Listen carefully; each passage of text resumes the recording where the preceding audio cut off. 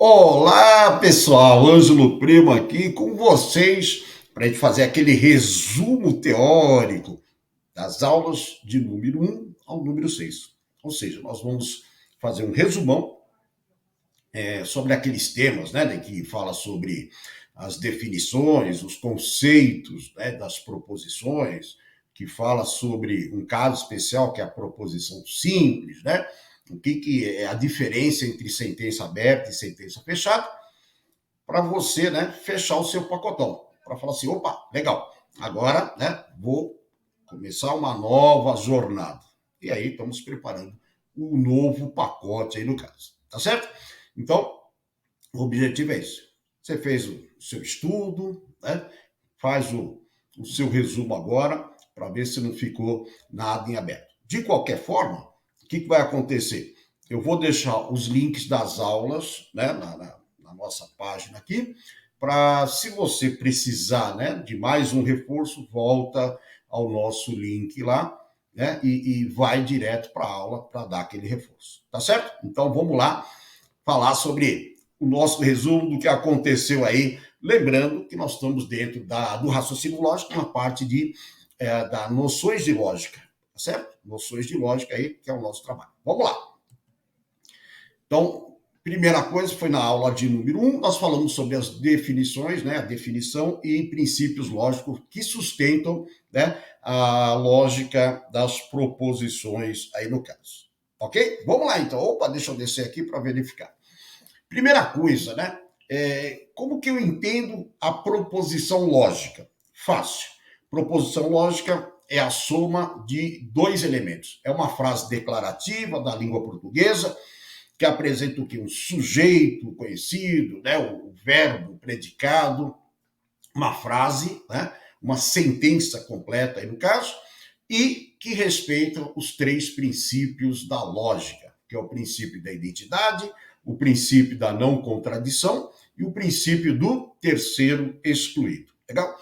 Então, se você pega uma frase da língua portuguesa declarativa e que respeita os três princípios, você tem uma proposição lógica aí no caso. Se falhar alguma dessas coisas, não é proposição no caso, tá certo? Então, isso daí nós teríamos a nossa proposição. Lembrando que o princípio da identidade garante, né, que a lógica não fará pegadinhas com você, porque o princípio da identidade diz o seguinte: o que é verdadeiro, né? Segundo um determinado contexto, o que é verdadeiro é verdadeiro. Então, se a coisa vier, né, da realidade, você julgará pela realidade sem receio nenhum, porque o que é verdadeiro. Lógico, o que é falso continua sendo falso também. Então é chamado princípio da identidade e é o nosso dispositivo anti-pegadinha da lógica. Professor, a lógica vai pedir para que eu acredite que aquilo que é verdade seja falso? Não, né? Não vai, tá certo? O outro princípio chamado da não contradição, né? Também para evitar as pegadinhas, né? Entre aspas, vamos dizer assim, as pegadinhas da lógica. Né? O princípio da não contradição diz o seguinte: uma proposição e a sua negação não podem ter o mesmo valor lógico, tá certo? Ou seja, se Maria é bonita é verdade, Maria não é bonita é falso. Se Maria é bonita é falsa, Maria não é bonita é verdade. Então, a proposição, né, e a sua negação não podem ter ambas o mesmo valor lógico aí no caso, tá certo? E o princípio do terceiro excluído é o seguinte: a partir do momento que eu posso, né, fazer um juízo de valor, o que vai acontecer no caso? Ou a proposição é verdadeira, ou a proposição é falsa, né? Não tem o talvez, quem sabe pode ser. Esse é um outro tipo de lógica, existe, mas não é nesse momento aqui que a gente trabalha com ela. Aqui, os princípios aristotélicos permitem, né, somente essas duas possibilidades. Ou a proposição é verdadeira, ou a proposição é falsa. Ou seja, frase declarativa que respeita os três princípios chama-se proposição lógica. Agora, como é que eu identifico aquilo que não é proposição, né? Então, não são proposições. Basicamente, eu vou atrás, né, no primeiro momento, daquelas frases que não são declarativas. E aí eu brinquei um pouco aí e criei o seguinte: você sabe quais frases não são proposições? é uma interrogativa, não é proposição. Claro que sei, exclamativa, não é proposição. Então escreva, né? Imperativa também não é. Aí, boa ideia, sem verbo, também não é. Legal? Então, no primeiro momento, tá aqui as dicas, né, para você lembrar do que não são proposições. A interrogativa, a exclamativa, as imperativas e aquelas frases sem verbo aí no caso, tá certo? Então, nesse primeiro momento, elas não servirão como sendo aí no caso proposições. Além do mais, existem aquelas frases que são autogeradas, né? A frase dentro dessas aspas é falsa. Então, é uma frase autogerada, né? Aí, no caso, ela acaba gerando uma situação, né, esquisita dentro da lógica, aí no caso, né? Então, esse tipo de frase lá chamada de paradoxal, né? Cria um paradoxo, né? Se você falar que é verdade, ela é falsa, se falar que é falsa, ela é verdade. Então, as frases paradoxais também não se enquadrarão, né, nessa situação, por um motivo.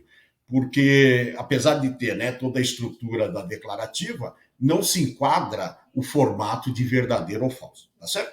Então, no primeiro momento, pense nelas aí no caso, tá certo? Aí, as nossas aulas, deixa eu subir, né, de número 2 e 3, falam sobre sentenças abertas e sentenças fechadas. A aula de número 2 fala sobre a sentença aberta e a aula de número 3 sobre a sentença fechada. O que acontece no caso, né, com a sentença... Opa, desço de novo. A sentença aberta, né? Na sentença aberta, a sentença aberta não é proposição. Se perguntarem, é sentença aberta, não é proposição. Por quê, professor? Porque falta conhecer o sujeito, entre aspas, o sujeito ele não é conhecido, né? Então, no lugar do sujeito, na língua portuguesa, tem o ele, né? No lugar do sujeito, se a frase, vamos dizer assim, em termos de matemática, tem um chance, tá certo? Então, enquanto eu não conhecer o sujeito, o que vai acontecer? Eu não posso julgá-lo verdadeiro ou falso. Veja bem, existem frases declarativas que respeitam lá as leis aristotélicas que sempre serão proposições. As exclamativa, interrogativa, imperativa, sem né, no caso, verbo, elas não podem ser, no caso, consideradas como sendo, nunca serão consideradas como proposição. Agora, a sentença aberta, ela está no meio do caminho. Enquanto eu não conheço o sujeito, né, e não posso julgar verdadeiro ou falso, ela não é proposição. Mas a hora que eu conhecer o sujeito, ela fica, né, passível de ser julgado verdadeiro ou falso. Deu para entender? Então, é sentença aberta. Então, enquanto sentença aberta, não é proposição. Agora, o que é a sentença fechada? Ele já falou, né? A sentença fechada. Eu falei sobre o sujeito, né? Então, falando sobre o sujeito, aí eu consigo julgá-la verdadeiro ou falso, né? Ele foi eleito o melhor jogador de futebol do mundo em 2022. Enquanto tiver o ele, é uma sentença aberta. A hora que você falar, né? Ângelo Primo foi eleito o melhor jogador de futebol, né, do mundo em 2022, você fala, é falso. Ângelo Primo é campeão de Mangiare Torresmo, né? Tá certo? Agora, quando você coloca um sujeito, né, identifica um sujeito, claramente que eu posso julgar, passa a ser uma sentença fechada. E a sentença fechada, né, corresponde a uma proposição, porque aí ela pode ser julgada verdadeiro ou falso, né? Então, x mais 2 é igual a 3, né? Enquanto eu não falar o valor do x, o que vai acontecer? Você não pode julgar. Professor, mas não é para resolver? Não, resolver é matemática. A lógica quer que você julgue.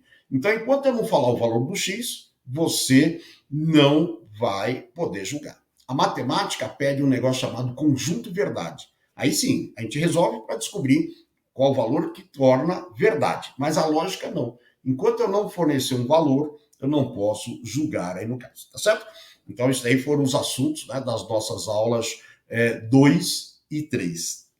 Faz par, né? Fechada e aberta. Aberta e fechada aí no caso. Muito bem. Deixa eu subir. Fomos lá para a aula de número 4, falar sobre um tipo especial de proposição. Por quê, professor? Porque depois que eu defini que é proposição, aí eu começo a classificar as proposições, tá certo? Então, primeiro tipo de proposição que foi classificado, chamado de proposição simples. E na aula de número 4, nós vimos qual é a definição, como eu reconheço, né? Como eu faço no caso, né? Para poder identificar. É um tipo, né, de pergunta lá. Isso daqui é uma proposição simples. Dentre as alternativas, qual é a proposição simples, né? Dentre as alternativas, qual não é a proposição simples, né? Então, isso é importante no caso. A proposição simples, ela tem o formato sujeito, verbo e predicado, tá certo? Sujeito, verbo e predicado. Sujeito conhecido, verbo e predicado. Legal? E, tecnicamente, se eu pegar uma expressão muito extensa, falar, mas será que ela é uma proposição simples ou não? Diríamos, né, assim, uma linguagem bem mais simples, que ela trata de um único assunto. Às vezes a frase é extensa, mas ele trata só de um único assunto. Então, continua sendo para nós, né, a proposição simples. Legal? Deu para entender a ideia? Tem que desvincular um pouco de língua portuguesa e a lógica na hora de classificar, porque senão assusta, né? Não dá para misturar período simples, período composto, com proposição simples e proposição composta, né? Então, o que acontece lá no caso? Quando você vai identificar a proposição, se você pegou coisa do tipo, Maria é rica, bacana, é uma proposição simples, sujeito, verbo, predicado, né? O tribunal, né, entende que o réu não é culpado. Fala, professor, tem dois verbos, tudo bem, mas ele continua falando de um único tema, né? Então, é isso daí que eu digo. Às vezes, na língua portuguesa, dois verbos é chamado de uma coisa, mas no nosso caso aqui, eu preciso entender exatamente isso. Pode ter dois verbos, mas ele trata de um tema só. Essa é a ideia no caso. E Maria é rica, é uma proposição simples, porque ele trata de um assunto só. A diferença é que eu tenho um verbo ou dois verbos aí no caso. Isso é importante sempre você estar atento, porque não é a quantidade de verbos que vai diferenciar se é simples ou composto. Então, a proposição simples, para facilitar a nossa vida, é chamada de atômica. Por que é atômica? Porque não constitui a molécula, né? Deu para entender a ideia? O átomo é o elemento mais simples que forma a molécula, aí no caso. Então, significa, eu trato de um assunto. Como eu trato de um assunto, eu não preciso de conectivos, né, no meio do caminho, tá certo? Essa é a ideia da nossa proposição simples e para o seu reconhecimento. Legal? Aí, pulamos para a nossa aula de número 4 ainda. Ou pulamos para... Não, continuamos na aula de número 4, tá certo ou não? Por quê? Dentro dessa aula de número 4, nós tratamos um outro assunto. Além do reconhecimento, como é que eu faço a negação da proposição simples, né? Então, se você pegou, no caso, né, uma proposição simples, identifiquei, e o objetivo é fazer a negação, aí você tem que se preocupar com aquilo que eu falei antes. Essa proposição simples tem um verbo ou tem dois verbos, né? Se você tiver uma proposição simples com um único verbo, né, ou com dois verbos, o que acaba acontecendo? Uma regra prática é negar o verbo mais próximo ao sujeito, negar o verbo que começa a frase, algo do tipo aí no caso, né? Então eu falo, Maria é rica. Negação, Maria não é rica. Então, né, o verbo lá está mais próximo da Maria, eu nego. O tribunal entende que o réu não é culpado. Então, negação, o tribunal não entende que o réu não é culpado. Eu só mexo no mais próximo, o mais distante eu deixaria, né? Existe quem não goste de torresmo, tá certo ou não? Isso é falsa essa frase, né? Negação, não existe quem não goste de torresmo. Deu para entender? Se você pegar uma frase que começa com existe, tem, eu vou negar esse começo aí no caso. Né? E a vontade, quando eu tenho dois verbos, é querer negar os dois verbos. É natural, tá certo? É natural isso daí. Legal? Então, a negação de proposição simples tem que tomar cuidado com essas observações, ok? Agora sim, pulamos para a nossa aula de número 5, que tratava sobre o quê? Dois temas também. O valor lógico da proposição simples. Como é que funciona? Proposição simples, ligado à realidade, julgue pela realidade, né? Proposição simples, que não está ligado à realidade, ele tem que falar, considere, suponha, assuma, né? Então, por exemplo, 2 é maior do que 3. É uma proposição simples, né? Tem essa relação, no caso, que nós vimos, se define como proposição simples e o valor lógico dela é falso, porque a matemática não fala isso daí para nós. Perfeito? Agora, Maria é alta. Não sei, né? Pode ser verdadeiro, pode ser falso. É uma proposição simples, se enquadra perfeitamente, mas aí o que acontece? Você tem que aguardar o comando. Considere que a proposição Maria alta, né, tem um valor lógico de falso, da falsidade, né? Então, aí, no caso, você tem que aguardar para ele falar o que fazer com ela. Então, assim, veio da realidade, lembra? Princípio da identidade. O que é verdadeiro, o que é falso é falso. Então, esse princípio diz assim, não mexa com a realidade. Agora, se não vier com a realidade, né, no caso, aí eu aguardo para saber o comando que ele vai fazer. E a parte de equivalência é mais raro aparecer para a proposição simples, né? Normalmente esse exercício está muito mais lá na língua portuguesa que na lógica, né? Ele fala assim, reescreva usando uma negação, né? 2 é par, né? 2 é um número par. É uma proposição simples. Aí ele fala assim, reescreva usando uma negação. Fala, nossa, professor, como é que eu vou fazer isso daí? Você vai negar o que ele não é. Deu para entender? Porque quando você nega o que ele não é, você tem o que ele é. Nossa Senhora. Entendeu? 2 é um número par, né? O número 2 é um número par. Reescrevendo, o número 2 não é um número ímpar. Então, veja, quando você fala que ele não é aquilo, ele é o outro. Deu para entender a ideia? Então, a equivalência pode ser reescrita dessa forma, né? 2 é um número par. Equivalência. 2 não é um número ímpar. É uma forma equivalente de falar. Tá certo? Então, raramente acontece isso na lógica, às vezes, né, com mais frequência você encontra isso na língua portuguesa, lá no caso. Então, foi a nossa aula de número 5, falando sobre o valor lógico, que é extremamente importante, porque vai ser utilizado mais adiante, e a equivalência, só para ter o conhecimento, raro de aparecer. E por último, né, uma situação muito estranha aí no caso, que é a chamada dupla negação, né? A língua portuguesa, ela trabalha com a dupla negação, assim, usando, né, o que é e usando o que não é. A lógica sempre vai usar o que é. Por exemplo, quando eu falo assim, João não é rico, negação. João não é rico. Então, nesse caso, a língua portuguesa vai falar que o João é rico. Porque quando o não está próximo do outro, ela entende que é a dupla negação. Deu para entender? Quando o não está próximo, ela entende que é a dupla negação. Agora, quando a língua portuguesa separa, né, deixa longe uma da outra, aí ela não entende que é negação, ela entende que é afirmação. Então, quando eu falo, não vou fazer nada, né, o não ficou distante do nada. Não e nada estão distantes. Nesse caso, a língua portuguesa entende que é o reforço. Então, se você mudar a voz, falar nada farei, ficou claro, nada farei. Não vou fazer nada. Então, veja, a língua portuguesa, quando deixa o não próximo do outro não, ela entende que é dupla negação e vira uma afirmação. Quando ela separa, né, o não de algo que tem ideia de negação também, o que vai acontecer? Aí ela entende que aquele não é um reforço. Não farei nada. É o equivalente de nada farei. Agora, a lógica não. A lógica sempre vai entender que 2 não significa uma afirmação. João não é rico. Negação, João é rico. Legal?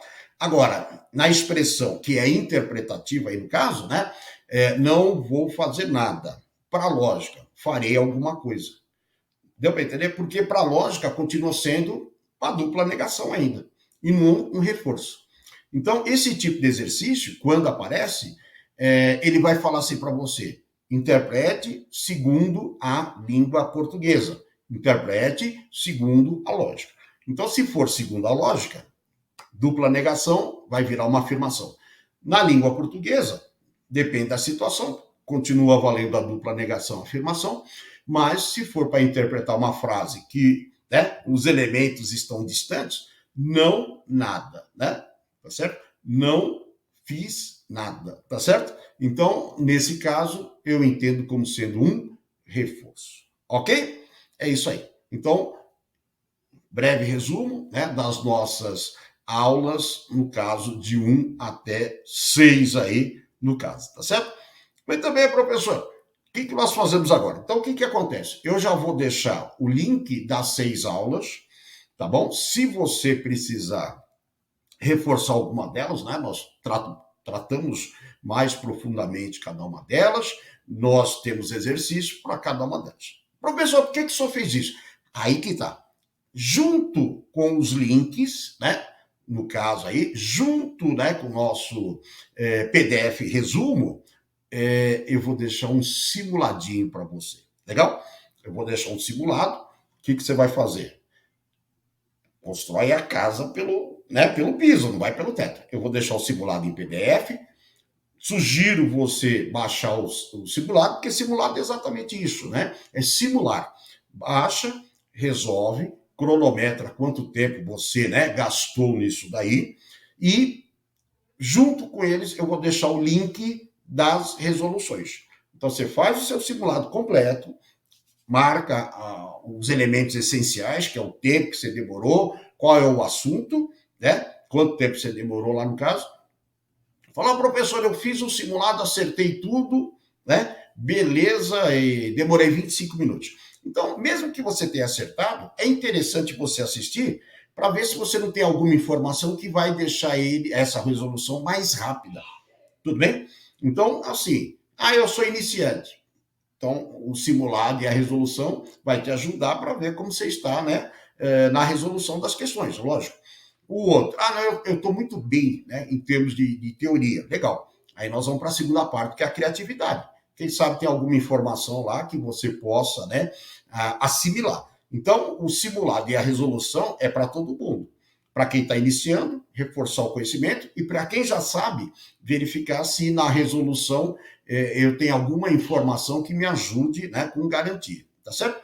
Então, nós temos aqui o resumo das aulas de número 1 até número 6, noções de lógica, tá certo? Que falou da definição até a proposição simples, serviu de resumo, tem um link da aula e tem um simuladinho para você fazer, legal?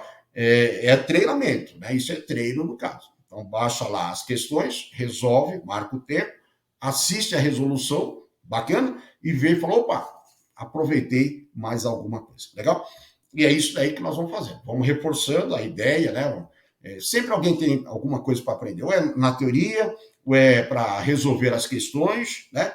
Então, essa é a nossa parceria, essa é a nossa proposta inicial, né? Por isso que eu peço sempre para você fazer a sua inscrição, né? Compartilhar, deixa o dedinho para você saber quando vai ter outro, né? Material novo, tá certo? Indica, compartilha, baixa o material, né? Se inscreva. É a nossa parceria, tá? Eu estou aqui realmente buscando parceiros, eu estou buscando o pessoal, né, para ajudar a sua caminhada lá, né? Ajudar dentro daquilo que eu posso te ajudar mesmo. Essa é a ideia, tá certo? Então é isso aí. Ângelo Primo se despedindo, vai lá no simulado, faz o simulado, né? E aí aguarde que nós começamos um novo bloco aí com novos assuntos, tá certo? É isso aí. Um abração e por enquanto eu te falo tchau, mas com certeza eu volto. Tchau.